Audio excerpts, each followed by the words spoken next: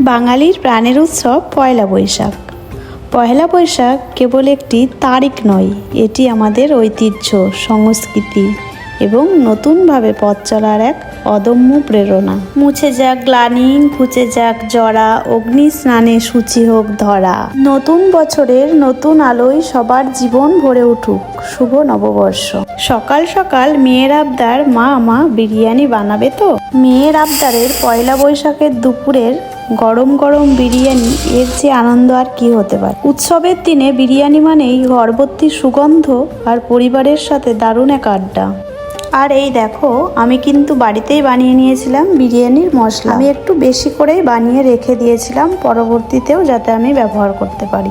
মেয়ের আবদার বলে কথা, পয়লা বৈশাখের দুপুরে আজ তাই পাতে ছিল বিরিয়ানি।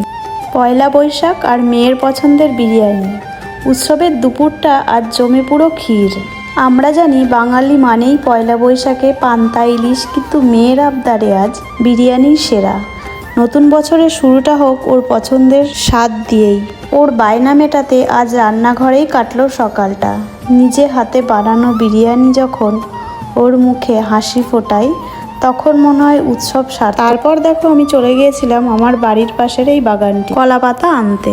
পয়লা বৈশাখ বলে কথা, মেয়ের আবদারের বিরিয়ানি তো হলোই, সাথে যোগ হলো কলা পাতার এই চিরচেনা আভিজাত্য। পরিবেশন আর স্বাদে আজ 16 আনা বাঙালিয়ানা। সবুজ পাতায় সোনালি বিরিয়ানি, সাথে প্রিয়জনদের হাসি।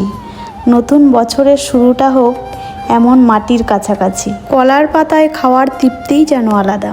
নতুন বছর মানেই নতুনের আবাহন। প্লাস্টিক বা কাচের প্লেট ছেড়ে প্রকৃতির কাছে ফিরে যাওয়াটা এই দিনের জন্য একদম উপযুক্ত। আমার ছোট্ট মেয়ে সৃজা এই প্রথম কলার পাতায় খেলো।